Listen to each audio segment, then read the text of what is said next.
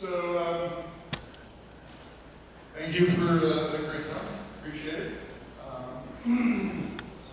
So I'm going to tell you about something a little different. Fairbanks who served their country, so Fairbanks who served in the U.S. military. I've met a lot of Fairbanks over the 3.5 years I've been here, and I've researched even more. And I've noticed certain trends in the family. Fairbanks tend to be very industrious, very good with their hands, very intelligent, very active people, a little bit stubborn. I say that a lot, but I've never had a Fairbanks boundary on that one, so I'm assuming there's at least some truth to it. Anyway, but I've also found that Fairbanks tend to be quite patriotic. There has actually been a Fairbanks in every major conflict we have ever had, all the way back to before we were a country. There has been at least one Fairbanks in every war, often many, more than one.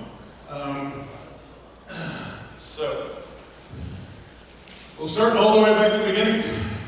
King Philip's War happened in 1675 to 1678. It was the New England colonists versus the Native American tribes of the Wampanoag, Nipmuc, Pequot, and several others. And by percent of the total population, it actually had the highest death toll of any American war ever. So including civilians, this is not just military, including civilians, 10% of the total population died in King Philip's War. So that is a huge chunk of the population. And on the native side, it was an even higher number that we don't actually know exactly. So it was pretty nasty fighting from both sides. Nobody was really the hero of King Philip's War. There were no good guys. But there were some Fairbanks involved who mostly stayed on the better behavior. So Jonathan and Grace had 4 sons. 3 of those sons ended up in King Philip's War. George, Jonas, and Jonathan Jr. All fought in the war. And actually Jonas died in one of the fights. Jonas was a founding member of Lancaster, Massachusetts. And it was on the front lines during King Philip's War. And a group of Native Americans attacked. And the story goes that Jonas and his oldest son held off the Native American attack, while his wife and the rest of his children, depending on the story you hear, either fled into the swamp or fled to the nearest garrison house. I'll talk about what a garrison house is in a moment. So Jonas and his oldest son both die in that fight. Now, a little further south, and a little closer to Dedham, in Sherborne, Massachusetts, George Fairbanks, Jonas's older brother, is in charge of the garrison house there. So what is a garrison house? Well, every community back then, the houses, almost all the houses were made out of wood, except one house in each neighborhood was, instead of wood, made out of stone. And it was usually very heavy stone with very small windows. And the idea was, if the town is ever attacked by Native Americans or the French or whoever else might attack us, they were always worried about the French. Whoever might attack us, if that happens, everybody flees to the garrison house and holds out there. And so George actually was in charge of the garrison house in Sherborne, Massachusetts, what's now Millis. But Sherborne was part of the bigger town of Sherborne when he was there. And he was in charge of that. Oh no.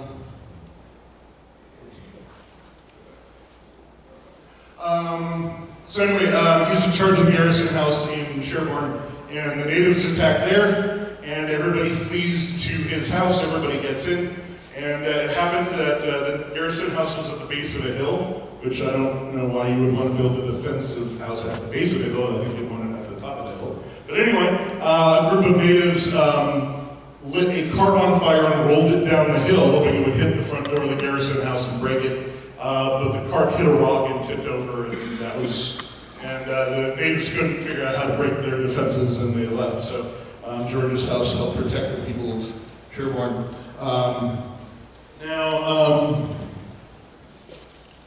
So yeah, the French and Indian War. 1754 to 1763. But the fighting had actually been continuous with both the French and the Native Americans pretty much since King Philip's War. So yeah, English colonists versus French colonists and the local native tribes. And it was actually the American branch of what was called the 7 Years' War back in Europe. But by no accounting of it, the war actually takes 7 years. Usually it's longer than that, but for whatever reason it got labeled the 7 Years' War. And the part of it in America had lasted a bit longer. And is often today called the French and Indian War. But generations of Fairbanks had fought in all of these minor conflicts between King Philip's War and the French and Indian War. So, it's sort of a family tradition. Two of Jonas's other sons died after trying to resettle Lancaster. So about 10 or so years after King Philip's War, they went back, tried to resettle Lancaster. It was attacked by Native Americans again, and then both of them died in that. And then Jabez, the last remaining son of Jonas, fights in the Indian Wars, as they call them, which were those various small fights between King Philip's and French and Indian. And then 4 of Jabez's sons fought in the French and Indian War. Now Jabez is actually, this is kind of an aside, but it's sort of interesting. So I know the largest group of you here today is Jonas line. One of the reasons for that, so Jonas has those 4 sons, but only one of them lives long enough to have any kids of his own, Jabez. But Jabez has, he has 10 children who on average have 8 children each. So Jabez has 84 grandkids. So that is why that Jonas line is huge. You can thank his son Jabez for that one. So anyway, 4 of those 10 children ended up fighting in the French and Indian War. Moving along, we keep going. The American Revolution. So 1775 to 1783. The 13 American colonies versus Great Britain. And this established the United States of America. And we tend to remember it, from George Washington being really dramatic here, crossing the Delaware. But the Fairbanks were definitely part of it. There are no known loyalists in the Fairbanks family. So either everybody was a revolutionary, or we were really good at covering up the loyalists. I'm not sure which one. But as far as we know, no loyalists in the Fairbanks family. 8 men who lived in the Fairbanks house fought in the American Revolution. Including Ebenezer Sr. and Jr. So Sr. was probably among the oldest people fighting, and Jr. was among the younger people fighting. But actually, that's not it. From the various Fairbanks around New England, there were 44 Fairbanks at Lexington and Concord, 25 Fairbanks at Bunker Hill, and there's some overlap in these. And 25 fought at the Battle of Bunker Hill. And then 10 joined the Continental Army and went south to fight down there. And then in militias all over, there were dozens and dozens of more Fairbanks. So there's easily somewhere between 50 and 100 Fairbanks were actively involved in the American Revolution. And again, as far as we know, all of them revolutionaries. No loyalists in this family. That. Moving on to the War of 1812. So the War of 1812 actually went from 1812 to 1815. And it was the United States versus the United Kingdom. Interesting aside, the only reason we even sort of won, and there's some debate on whether we actually won or not, but we didn't lose, so wars were a little more complicated back then. Actually, I guess they're still complicated. Anyway, the only reason the British didn't soundly beat us was that they were also fighting Napoleon at the same time. So to give you an idea, at the time of the War of 1812, the United States Navy has 6 ships. 6. The British Navy has 800. If they weren't dealing with Napoleon, there is no way we would have we all have British accents, if they weren't also fighting Napoleon in 1812. Anyway, but it was the first major war we had as a country, right? The revolution established us as a country, but now we are a real country. And it showed that the US was on its way to being a global power. So most of the world did not take us seriously until we actually held off the British during the War of 1812. Like I said, we didn't really win. They did burn down the White House. That's usually a sign that you've lost if your Capitol building burns down. But that was actually the thing. They burned down the White House and burned down half of Washington, D.C., and we were like, no, we didn't lose. That doesn't count. No. And the British were like, you know what? Well, fine. You're not worth it. And so we didn't lose World War II, but we didn't really win anything.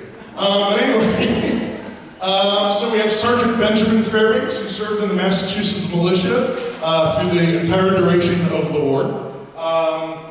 He was a very prominent member of Sharon, Massachusetts. He was a deacon and otherwise very involved in the community. But he was so as a sergeant, means he was in charge of a small group of troops. So he was of some prominence in the militia. So World War II mostly happened out at sea, with a few battles like the one in New Orleans happening on land. But we didn't know what the British were hoping to do. We didn't know what they were capable of or interested in doing. So everybody was ready for the British to attack at any time. So the militias here in Massachusetts were all ready to go. That includes Benjamin Fairbanks. And his sword is on display in the house. Moving on to the American Civil War, 1861-1865, the United States versus the Confederate States. Though Fairbanks likely fought on both sides, I have had trouble finding any Confederates listed in the genealogy or elsewhere. The Fairbanks family is huge by 1861, and there are a lot of Fairbanks living in the southern states, what become the Confederate States. So it's possible that there are some Fairbanks down there fighting on the Confederacy side, but when Lorenzo Sales Fairbanks went to write the family genealogy, he either was not aware or chose to leave that part out in those entries. But anyway, we do know quite a bit about the Union side Fairbanks, but especially this guy. You may have seen this picture. It's up in the house. And so right below the picture are his pistol and sword.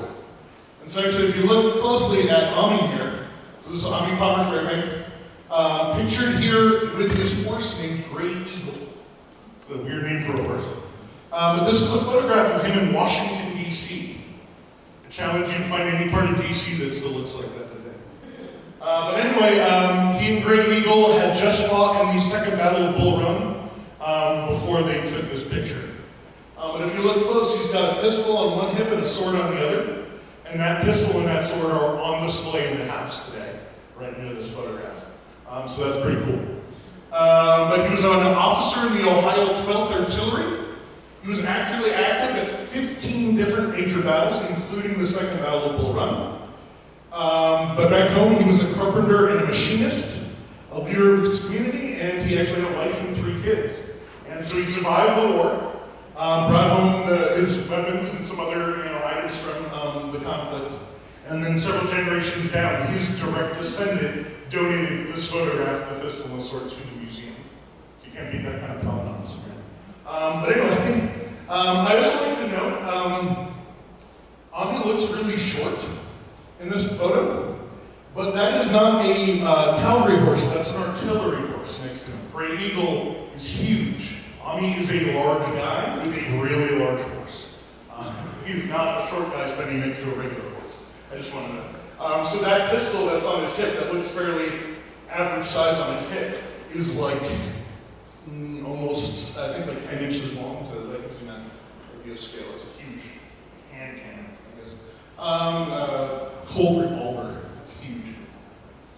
Anyway, moving on to a less known war. The Spanish-American War was in 1898. It only lasted 10 weeks. It was the United States versus Spain. And it was them fighting over territory in the Americas. So who owns Cuba? Who owns this, that, and the other thing? So it ended the Spanish Empire as they knew it before that. Anyway, it was sort of the beginning of the end for the Spanish Empire and the beginning of the beginning for the American Empire, really. American imperialism. And John Hay, a friend of Teddy Roosevelt's, described it as a splendid little war.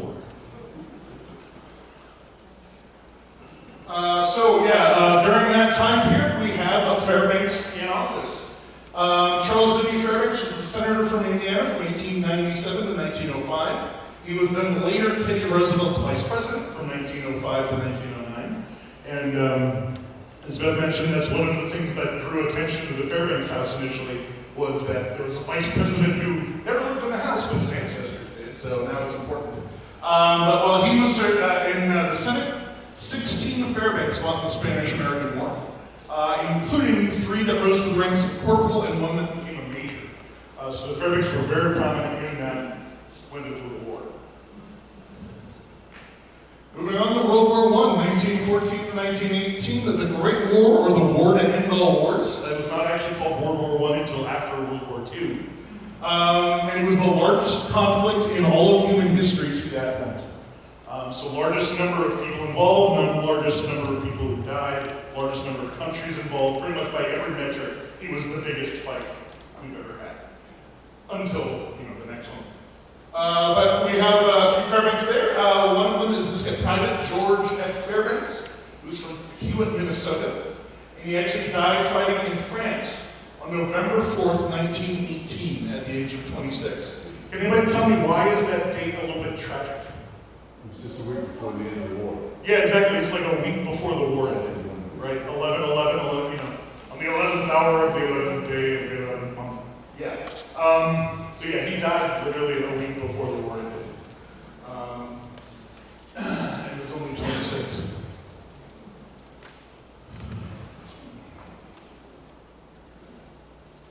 Okay, World War II.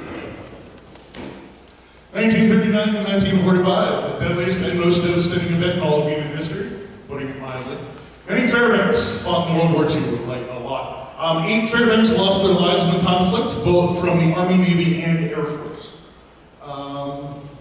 One example is Lieutenant John F. Fairbanks, who was in the U.S. Navy. He went missing in action near Fort McKinley in Manila in the Philippines. And he was finally declared dead on November 25th, 1945, and he was posthumously awarded the Purple Heart. Vietnam and Korea. Vietnam, 1955 and 1975. Korea, 1950 to 1953. Which are 2 of the most contentious combats in which the U.S. has been involved. There's a lot, so I don't want to get into politics too much, but there's a lot of debate over both of these conflicts, so we won't get into that too much. But we do know that multiple Fairbanks were involved in both of those wars as well, including again, Private F.C. Richard Marvin Fairbanks, the U.S. Army 5th Cavalry. By the way, if you're wondering what was cavalry doing in Vietnam, since they're not riding horses anymore, they're the guys in the tanks after we stopped using horses. So yeah, he's a tank officer, a private in a tank. So he goes missing in action near Kroan, North Korea. Oh, sorry, so he fought North Korea, not Vietnam, mixing people up. Fought North Korea, went missing on October 4th, 1951. And he was actually, on one side he was Fairbanks, on the other side he was Chippewa. And he lived in the White Earth Reservation before he was deployed. Modern wars. There are still many Fairbanks actively serving in the U.S. military today. They have served in the continuing conflicts around the world, including in Iraq and Afghanistan. At this point, just to show you, anybody here active or veteran, active military or veteran? A few of you, yep. I think you should stand up. Well, I don't know. Well, they might have injuries, but so I don't want to assume you guys want to stand up. But I saw a few hands. If you want to stand up, you can. Otherwise, just hold up your hand. All right. Well, thank you all for your service. We really appreciate it.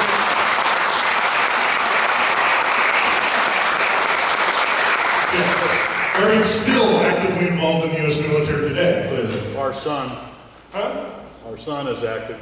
Oh, there you go. Great. Afghanistan twice. He was in Afghanistan twice. Oh, wow. Actually, I want to tell you about another guy who's still active. He actually visited the house about a month ago. Some of you are probably directly related to him.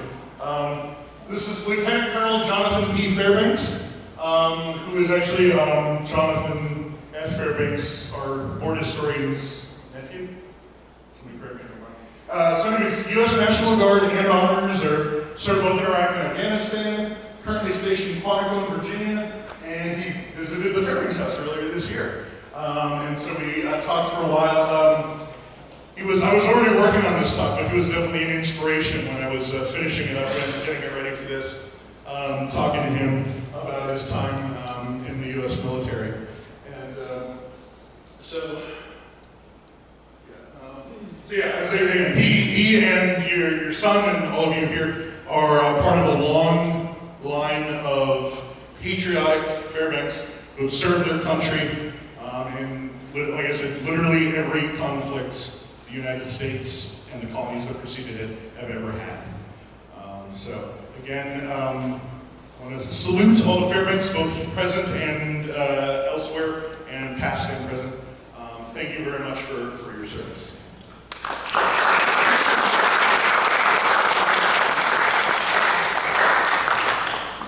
So just to wrap things up again, I mentioned this stuff briefly.